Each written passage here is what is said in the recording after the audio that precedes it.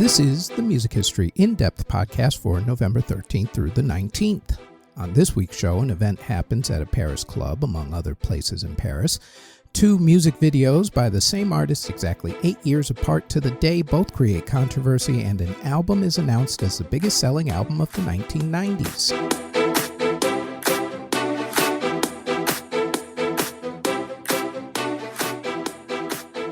There are unfortunately times when politics and music intersect, especially when someone wants to make an awful point through violent means. The May 22, 2017 event at Manchester Arena in England after an Ariana Grande concert that killed 22 people. The October 23 through 26, 2002 siege of Moscow's Dubrovka Theater during a musical performance that ended in the deaths of over 130 hostages. And this next series of events in France back in 2015. In Paris, the evening of November 13, 2015 started like many others. There was an international football friendly between France and Germany, football being soccer in America, of course. People were hanging out in cafes and restaurants, and some people were attending a concert by the group The Eagles of Death Metal at the Bataclan Theater in Paris. By the time the evening ended, 130 people would be dead in a coordinated attack, most of them at Le Bataclan Theater. It would be the bloodiest day on French soil since the end of World War II and usher in a round of events aimed at music-goers, including attacks in Manchester, England, Orlando, Florida, Israel, and Las Vegas, Nevada.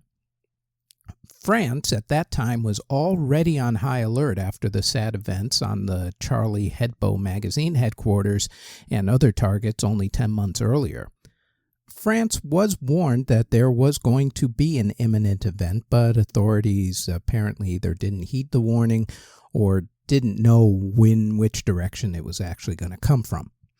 The same with the Bataclan Theater, whose Jewish owners had been threatened over the years for their support of Israel. But apparently the fact that those owners had actually sold the club only 2 months earlier to non-Jewish owners, that little fact was lost on the people who carried out their plans. The evening started at 9:15 local time at the Stade de France, where the football game was being played. There, explosives were set off. Within minutes, other events started in different parts of Paris. People hanging out in cafes and restaurants were shot at by groups as they drove down the street. Only 25 minutes after the first event happened, the deadliest event started. A group pulled up at the Bataclan Theater, machine guns at the ready. They quickly took care of the guards and made their way through the club up to the mezzanine level, where they set themselves up. Below them, the band Eagles of Death Metal were playing. As the band played, the group opened fire. The crowd at first thought that pyrotechnics were going off, and then as people started falling to the ground, it became way too obvious what was happening. The crowd started running, but the group threw grenades into the crowd in order to hamper their escape. The group then started going through the crowd looking for people as they went floor by floor, room by room. The band managed to escape. Many others were not so lucky. In the end, once the police came to take care of the group who started this whole tragic event, 89 people had lost their lives at Le Bataclan Theater. The innocence of going to a concert was lost, as evidenced by recent events targeting concertgoers. The Paris events, including the attack on the Le Bataclan Theater, happened on November 13th, 2015. In certain years, a pop culture phenomenon takes over the world, carrying everything in its wake. So much so that it almost gets to the point of annoyance. Think High School Musical, Saturday Night Fever, Star Wars, Frozen, K-pop Demon Hunters, or whatever that thing is on Netflix. In any event. Such was the case back in 1997.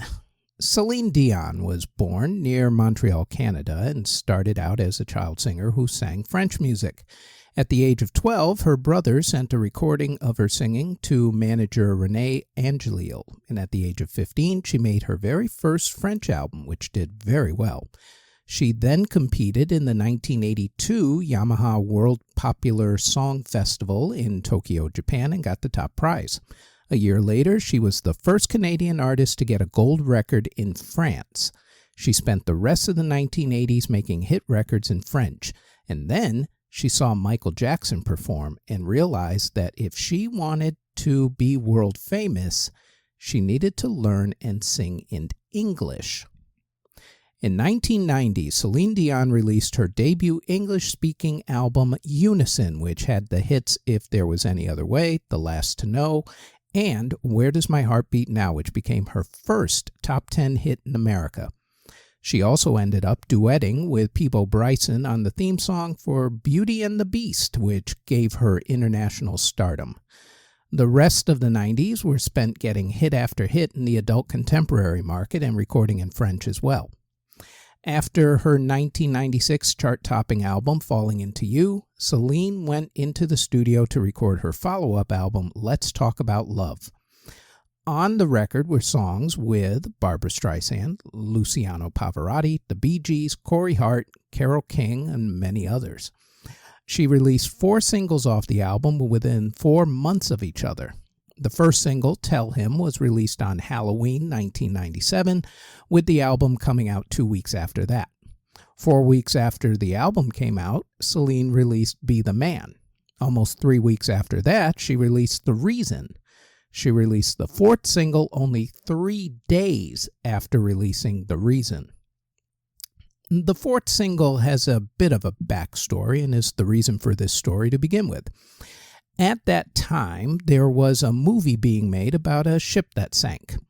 The movie at the time, Titanic, was the most expensive movie ever made, with initial budgeting costs of around $250 million.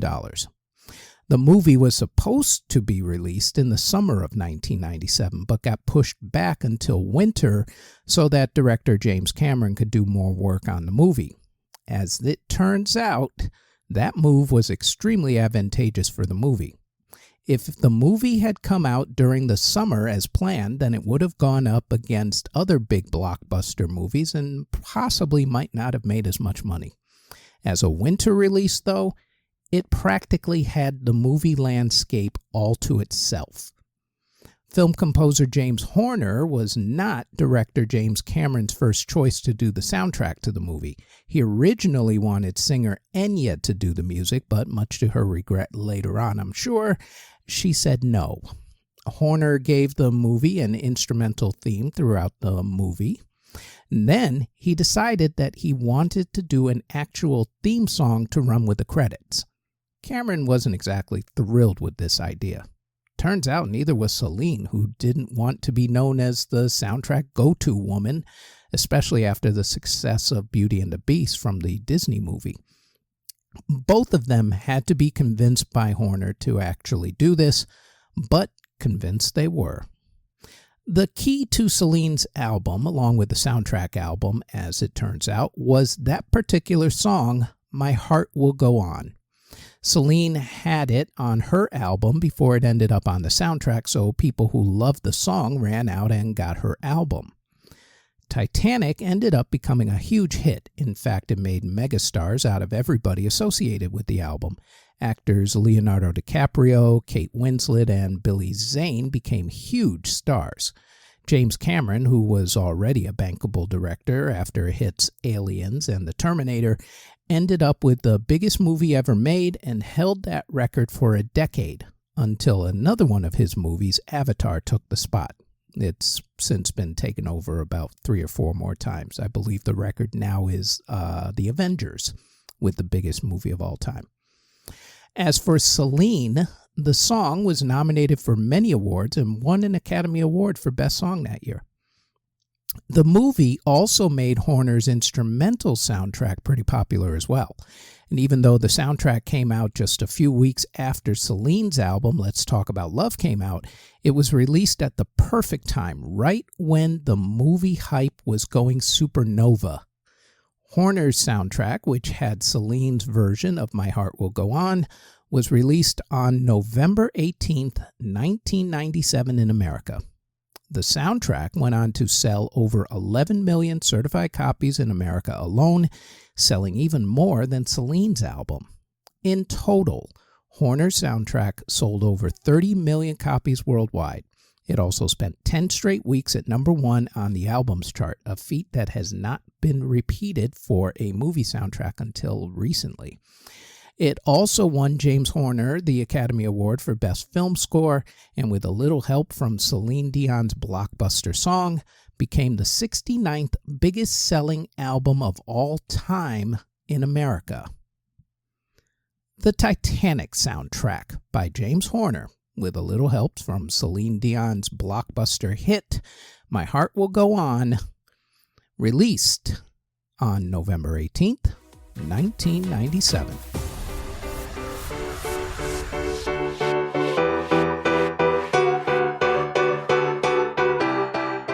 Before we continue, we'd like to tell you about the Music History Today podcast, where we go over the events that happened on that particular day in music history. The Music History Today podcast drops every single day, including weekends, on this podcast network. Now, back to the Music History In-Depth podcast.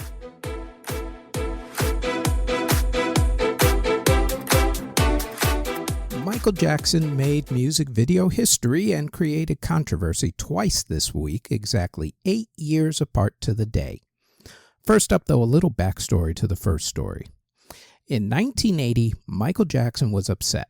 Although his solo album, Off the Wall, had sold over 20 million copies worldwide and had spawned the hits Off the Wall, Rock With You, and Don't Stop Till You Get Enough, the album did not get Album of the Year at the Grammy Awards. What's more, he had tried to get on magazine covers, but Rolling Stone famously declined to do a story on him. As he told someone afterwards, quote, "I've been told over and over that black people on the cover of magazines don't sell copies. Just wait. Someday those magazines are going to be begging me for an interview. Maybe I'll give them one, and maybe I won't." End quote. With that in mind, Michael went to work on his new album. He recruited Quincy Jones, who had produced Off the Wall, to produce his new album. They recorded over 30 songs, agreeing to 9 of them for the album. He got songwriter Rod Temperton to help write a few songs, including Thriller, got horror film master Vincent Price to do the voice towards the end of the song, which he pulled off in only 2 takes. Recruited the members of the group Toto to play on songs like Beat It, had Eddie Van Halen do a guitar solo on Beat It, and got Paul McCartney to duet on the song The Girl Is Mine. When all was said and done, both Michael and Quincy listened to the album, and they both hated it. They then spent the next 2 months stripping down the songs and remixing them. Finally, on November 30th, 1982, Michael Jackson released the album Thriller. At first it did okay, but not spectacular. The Girl Is Mine with Paul McCartney was the lead single and went top 10. Then Michael made the music video for the next single, Billie Jean. MTV refused to play the video as they were, quote, a classic rock and roll station, end quote, which was their way of saying that we don't put black people on our channel. Sorry, kids. Michael's record label president, Walter Yetnikoff, though, famously threatened to pull every single music video off of that channel unless they played Michael's video. And when that record label was CBS, which at the time was the biggest record label in the world, that threat carried an awful lot of weight. MTV, of course, relented, and then they played Billie Jean. Good choice, as it had helped to make both the song and MTV very popular at the time. And then came Beat It, Michael doing the moonwalk on the Motown 25 TV special, and right after that TV special aired with the moonwalk, the album went into hyperdrive, literally the very next day. Thriller started selling 1 million copies a week. Michael received critical acclaim and an awful lot of awards, including that reclusive Album of the Year Grammy. Thriller has been certified to have sold over 33 million records, making it the second biggest selling album of all time in America, right behind the Eagles' Greatest Hits album, and the biggest selling album worldwide with over 60 million copies sold and counting. To this day, it still sells over 100,000 copies a week. Oh, those magazines that wouldn't put him on the cover? Well, Rolling Stone came back begging for him to do an interview with them, even though they had only given Thriller 4 out of 5 stars on their review. Michael thought about it and then granted them the interview, but only if they put him on the cover. Rolling Stone obliged, and that cover became their biggest selling issue in a very long time. By late 1983, Michael Mania had fully taken hold of the world. The Thriller album was selling 1 million copies a week, and what helped the album's sales, of course, was the popularity of MTV. You could actually say at that time that Michael and MTV had a symbiotic relationship. Michael made MTV into a cultural icon, while MTV did the same for Michael's career. Michael definitely knew how to use the visual medium. The music videos for Billie Jean and Beat It helped to turn those songs into #1 smash hits, while his performance of the Moonwalk while performing the song Billie Jean on the Motown 25 television show helped to turn Michael from a superstar to a megastar literally overnight. Everybody wanted to know what he would do next. They didn't have to wait long. In late 1983, Michael started working on a video for the title track to Thriller. Instead of just making a 5-minute music video, though, he decided to make a short film with a horror bent to it in keeping with the song's theme. He gathered up the best in the business at that time. He got John Landis, who directed An American Werewolf in London, to direct this video. He got Michael Peters, who was the hot choreographer at the time after working with Michael on Beat It and also Pat Benatar on Love is a Battlefield, to choreograph the video. Academy Award-winning makeup artist Rick Baker did the special effects, while horror film superstar Vincent Price's voice made the film, having already been on the original recording of the song. Vincent, for the record, was not happy about his voice being used in the movie, since he had only agreed to have his voice on the single. Michael's now famous red jacket was designed by John Landis's wife, Deborah.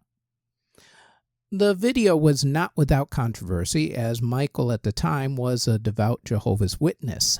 For starters, he casted Playboy model Ola Ray for the female lead. That seriously did not sit well with the church.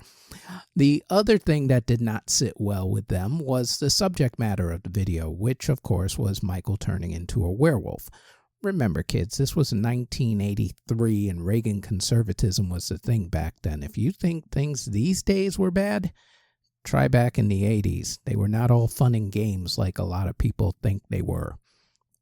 The controversy got to the point that if you watch the music video at the very beginning, you will see the following words. Quote, "Due to my strong personal convictions, I wish to stress that this film in no way endorses a belief in the occult." End quote. Yes, he literally had to put that into something because people at the time couldn't figure out that this was just a whatever.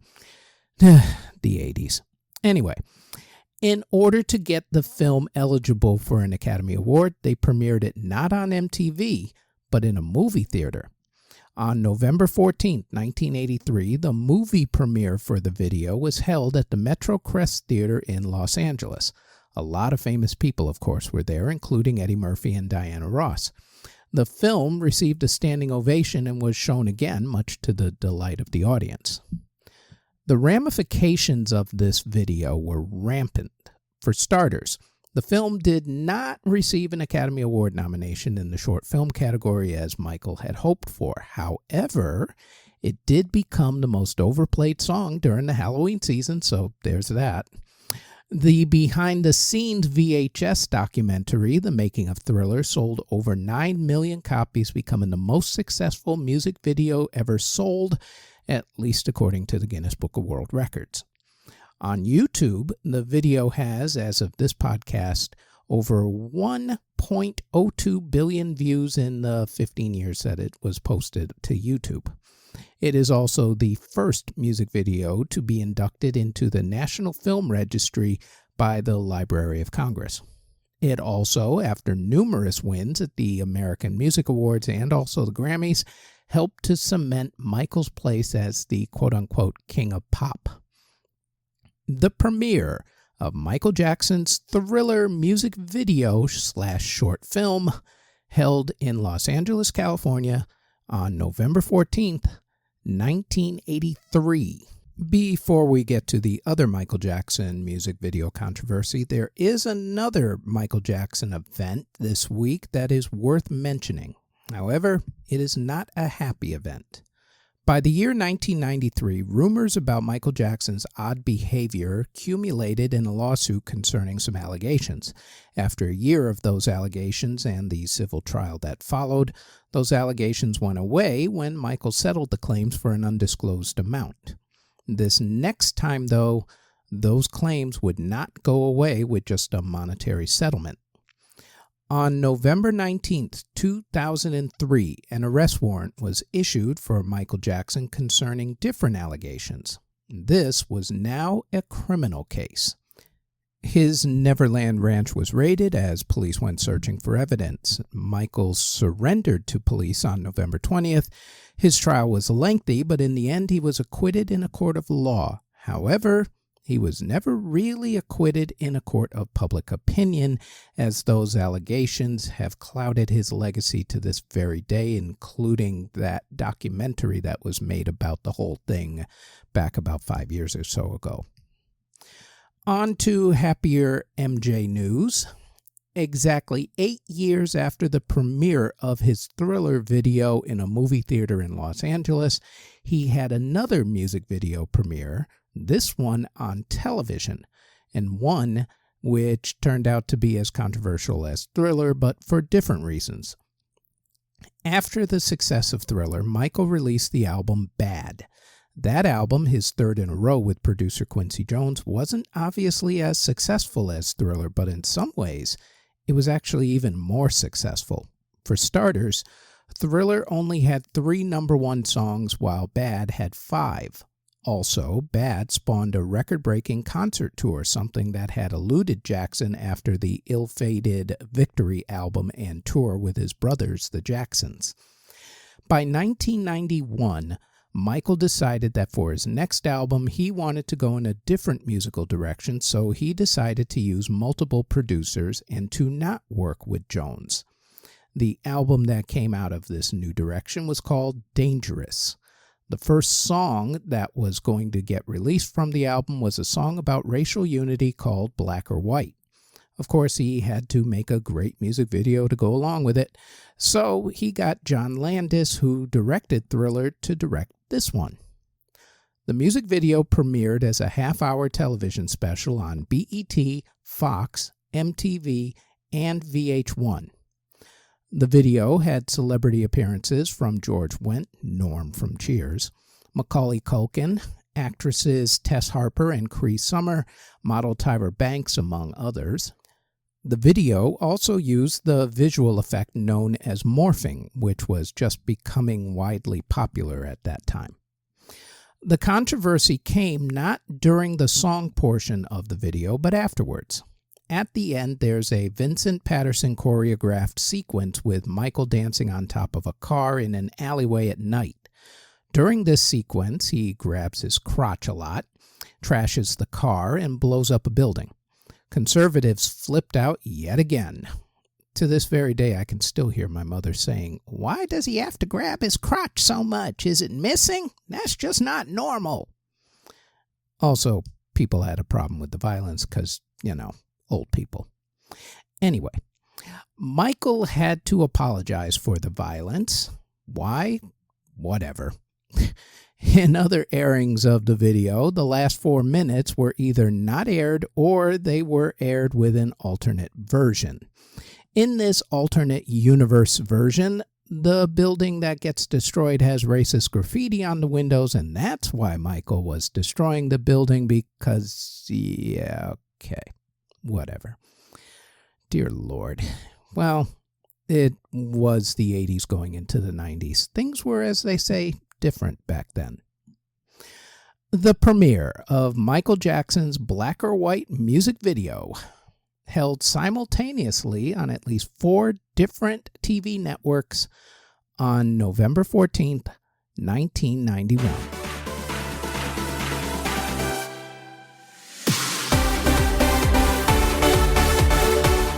Before we get to the final story, there is another event this week that is worth mentioning. On November 16, 1969, a musical based on the 1949 book The Story of the Trapp Family Singers premiered.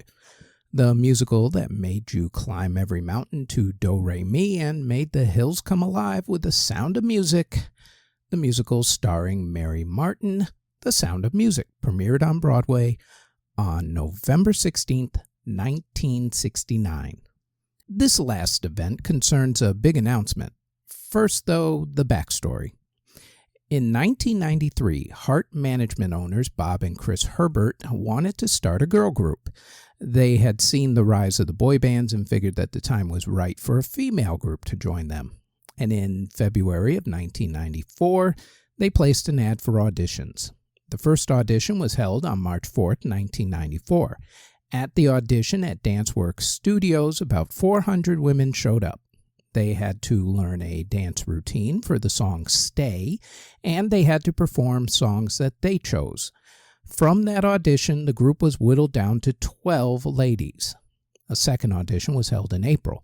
One person made the cut to the second audition even though she wasn't at the first audition because she had to work that day, unfortunately. In any event, after the second audition, they had to do another audition, this time at Norris Studios. They had to perform Signed, Sealed, Delivered by Stevie Wonder and perform another song that they chose.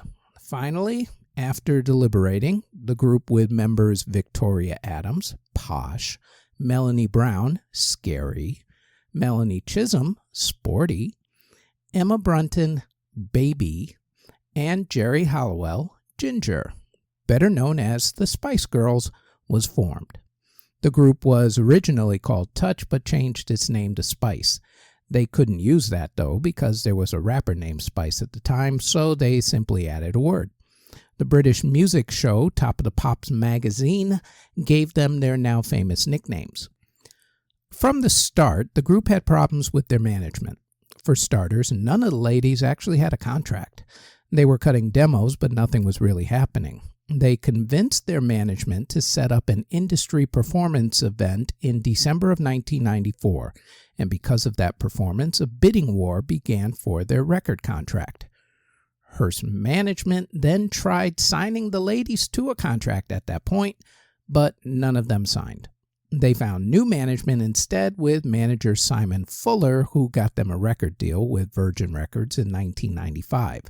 They supposedly, according to legend at least, also took/stole their master copies of their demos when they left Hearst Management, although that's probably just a rumor. But if it is true, it would actually make great business sense and an extremely smart business move and would help to explain the financial success of the group over these decades now. These artists are not stupid. The song Wannabe came from those first recording sessions. What the group wanted was a statement song that captured their group's spirit, female empowerment, or girl power, to use their phrase. The song was completed in only 30 minutes in the studio. That was due to the fact that each singer completed their little piece of the song before they got to the studio. The music portion was written and produced by Matt Rowe and Richard Stannard.